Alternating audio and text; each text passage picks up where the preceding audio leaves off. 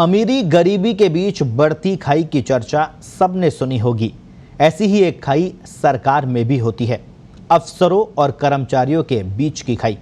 राजस्थान तो ऐसी खाई का नायाब उदाहरण है। यहाँ धीरे धीरे ऐसी स्थितियाँ पैदा की जा रही है कि अफसरों की संख्या बढ़ती जाए, उनकी पदोन्नति के नए नए रास्ते खुलते जाए, पर कर्मचारियों के पद भरे ही नहीं जाए। काम का बोझ बढ़े तो संविदाकर्मी नियुक्त कर लिए जाए, क्योंकि संविदाकर्मी को पदोन्नति तो दूर, सामान्य वेतन वृद्धियां भी नहीं देनी पड़ती।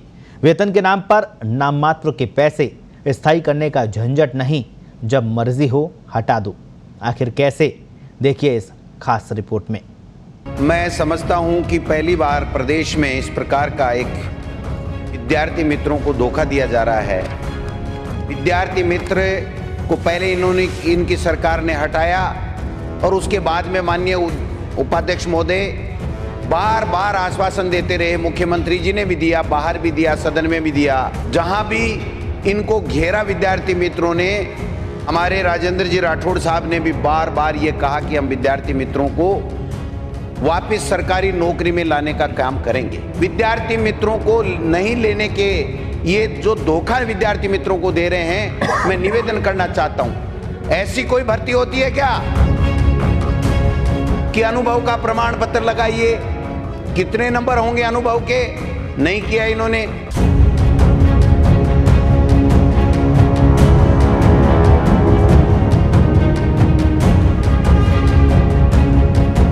याद करिए ये दिन, तारीख 28 फरवरी 2017 और समय दोपहर 1 बजे के आसपास, जब प्रदेश में लोकतंत्र के सबसे बड़े मंदिर यानी विधानसभा में चिल्ला चिल्ला कर ये महाशय विद्यार्थी मित्रों को संविदा पर भर्ती करने का विरोध कर रहे थे और तत्कालीन सरकार पर आरोपों की झड़ी लगा रहे थे।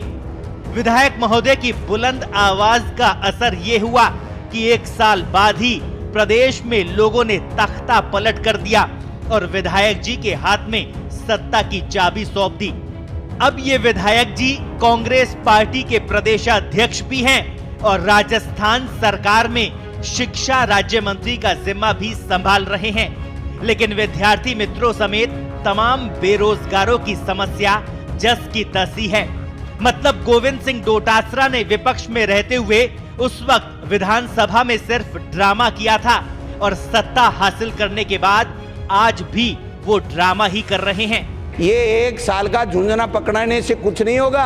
2.25 साल बाद में चुनाव है। गिन गिन के विद्यार्थी मित्र और बेरोजगार युवा जिनको आपने बहुत ललचाया था 15 लाख की नौकरी देने का वादा करके, वो लोग बात आपको गांव में घुसने नहीं देंगे। मैं आज कह रहा हूं, आप तो झूठे झूठे भुला मत करो।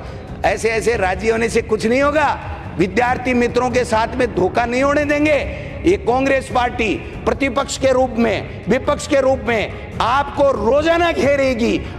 प्रशासनिक सेवा हो या पुलिस सेवा, उनके पदों की संख्या बढ़ती जा रही है। पहले एक विभाग में 1 सचिव होता था, अब अतिरिक्त मुख्य सचिव, प्रिंसिपल सचिव जैसे पद हर विभाग में बन गए हैं।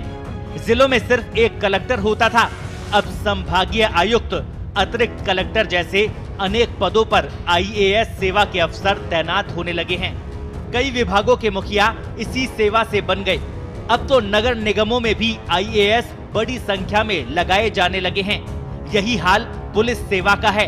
पहले पूरे राज्य को एक IG यानी पुलिस महानिरीक्षक संभालता था, अब महानिदेशक, अतिरिक्त महानिदेशक, कमिश्नर जैसे अनेक पद हो गए।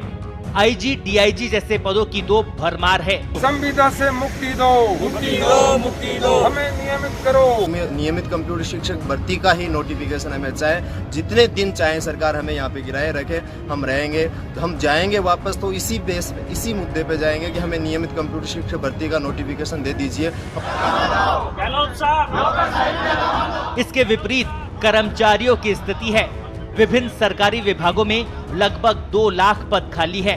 काम संविदा कर्मियों से चलाया जा रहा है। राजस्थान में करीब 1,60,000 संविदा कर्मी काम कर रहे हैं। इन्हें कर्मचारियों वाले पदनाम की बजाय विद्यार्थी मित्र, पंचायत सहायक, लोक जुम्बिश कर्मी, पैरा टीचर्स, NRHM कर्मी नाम दे दिए गए हैं। हर बजट में हजारों भर्तियों की घोषणा की जाती है, पर 20 से 30% से आगे नहीं बढ़ती। पिछले 4 महीने से हम कंटिन्यू कलेक्टर ऑफिस के सामने धरने पर बैठे हैं, रोजगार की मांग कर रहे हैं प्रशासन से। सिटी पर प्रशासन अपनी हठधर्मिता छोड़े। जो मुख्य लड़ाई है पिछले 14 वर्ष से चली आ रही है, लेकिन कांग्रेस और भाजपा की दोनों सरकारों ने हमारे साथ में जो कुतारघात किया है, जब हम सहन नहीं करेंगे। दूसरी ओर अफसरों के पद बढ़ाने की मांग ही नहीं की जाती, लेकिन समय समय पर पद बढ़ा दिए जाते हैं। जो काम पहले एक अफसर संभालता था, उसके लिए 4 अफसर तैनात किए जाते हैं। सरकारों ने भी अब दीर्घकालीन नीतियां बनाना छोड़ दिया है। उन्हें जैसे तैसे अपने 5 साल गुजारने होते हैं। आधा कार्यकाल वादे करने में निकलता है और आधा उनसे बचने में। असली तंत्र अफसरशाही के हाथ में रहता है। फिर अंधा बाटे रेवड़ी वाली कहावत चरितार्थ क्यों नहीं होगी। हम संविदा भर्ती का विरोध करते हैं। जो सरकार ने कॉन्ट्रैक्ट बेस पे अभी 3-4 दिन पहले जो भर्ती निकाली है, हमारी मांग ये है कि सरकार जो है इस भर्ती को नियमित तौर पर निकाले। और हम AICC पहले भी आए थे, आज फिर हमें मजबूरन आना पड़ा। और हम इस बार तभी यहाँ से वापस जाएंगे, दिल्ली और UP से वापस तभी जाएंगे, तब हमारी मांग पूरी हो जाएगी, तब तक हम वापस नहीं जाएंगे। कंप्यूटर संविदा भर्ती डोटासरा जी द्वारा हमें बार बार गुमराह किया जा रहा है कि 58 साल तक तुम्हें नहीं निकाला जाएगा। हमें सिर्फ और सिर्फ नियमित कंप्यूटर शिक्षक भर्ती या नियमित अनुदेशक की भर्ती चाहिए। संविदा पर नियुक्तियां ऐसी बुराई है जिससे न कर्मचारियों का भला होता है, न सरकार का और न ही प्रदेश का। इसलिए कोई न कोई ऐसा रास्ता निकालना चाहिए कि अब तक संविदा पर लिए गए सभी कर्मचारी स्थायी हो जाए और भविष्य में जो भर्तियां हो संविदा की बजाय नियमित पदों पर हो। अफसरों के भरोसे तो ऐसा रास्ता निकलेगा नहीं। संविदा पर भर्ती के 20 फायदे गिना देंगे। मानवीयता नाम का शब्द उनके शब्दकोश में होता नहीं है। यदि सरकार संवेदनशीलता से कदम नहीं उठाएगी तो ये खाई बढ़ती ही जाएगी। स्पेशल रिपोर्ट, पत्रिका टीवी।